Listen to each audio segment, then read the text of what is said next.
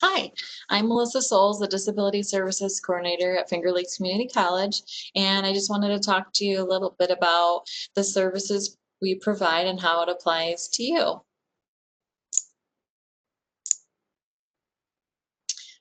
So, the good news is when you come to college, there is a disability services office. So if you currently receive services in K-12 at any time with an IEP or 504 plan, those services will transfer over at the college level.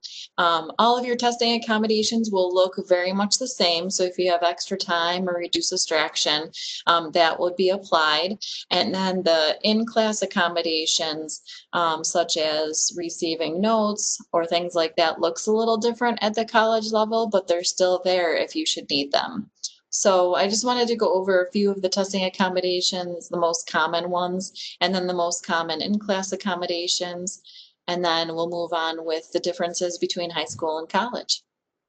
So the test accommodations are Reader, which we have lots of technology, that screen reader software that we can introduce. Dragon is our speech to text software. So if you ever talk into your cell phone and use your voice to write out a text message, we have something similar where you can write out papers or short answers with that program. Extra time, reduce distraction, and then many more. And then as you can see, the in-class accommodations include using technology, note-taking assistance. If you prefer to hear your textbooks read aloud to you, you can get an alternate format of your books, such as audiobooks.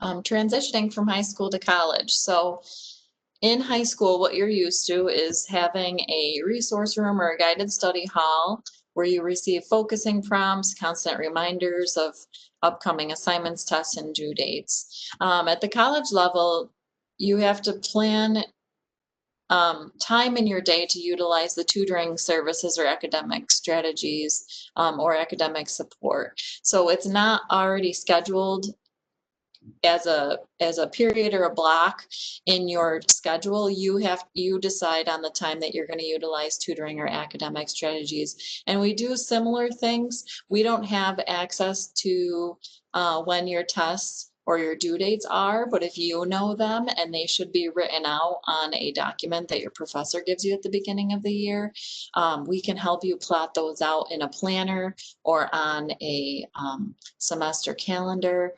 And then it's easier also to schedule your tutoring appointments because you'll know when your tests or your major papers are coming up. The nice thing about being at a community college is that have smaller numbers and smaller class sizes is that when you request a tutoring appointment, you're more likely to get in when you request it. And you're more likely to have a one-on-one appointment rather than small group or large group, depending on your preference. So one of the other differences that I just want to note is that in high school, you're probably just showing up on the test day to get your extra time or any of your other test modifications. And at the college level, you have to schedule your appointment, but it's really easy because it's an online form. And the disability services personnel will walk you through how to do that for your first couple exams. One of the biggest differences between high school and college is I feel like the colleges use a lot more technology. So at the high school level, your teachers have to have notes and lesson plans, and they can just give them to you to help with your note taking. At the college level, we use recording devices, or sometimes you have a peer note taker where someone in your class would share their notes with you, either confidentially, or if you know them, they can just give it to you. And then we're part of a larger department called Academic Success and Access Programs, which has a math center, a writing center, a science incubator, the academic strategies appointments I was telling you about, which includes time management, note-taking, study skills. So if those are some things that you want to refresh yourself on, you can make appointments for that. And then please utilize your tutoring centers as a learning center resource room, because that's what we're here for, and it's a free service. And like I said, you make your own appointments, so it's not already scheduled as a block or a period on your current schedule.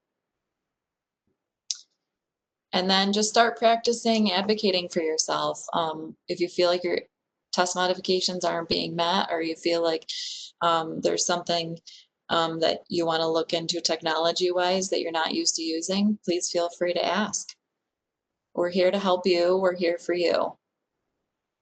Thank you.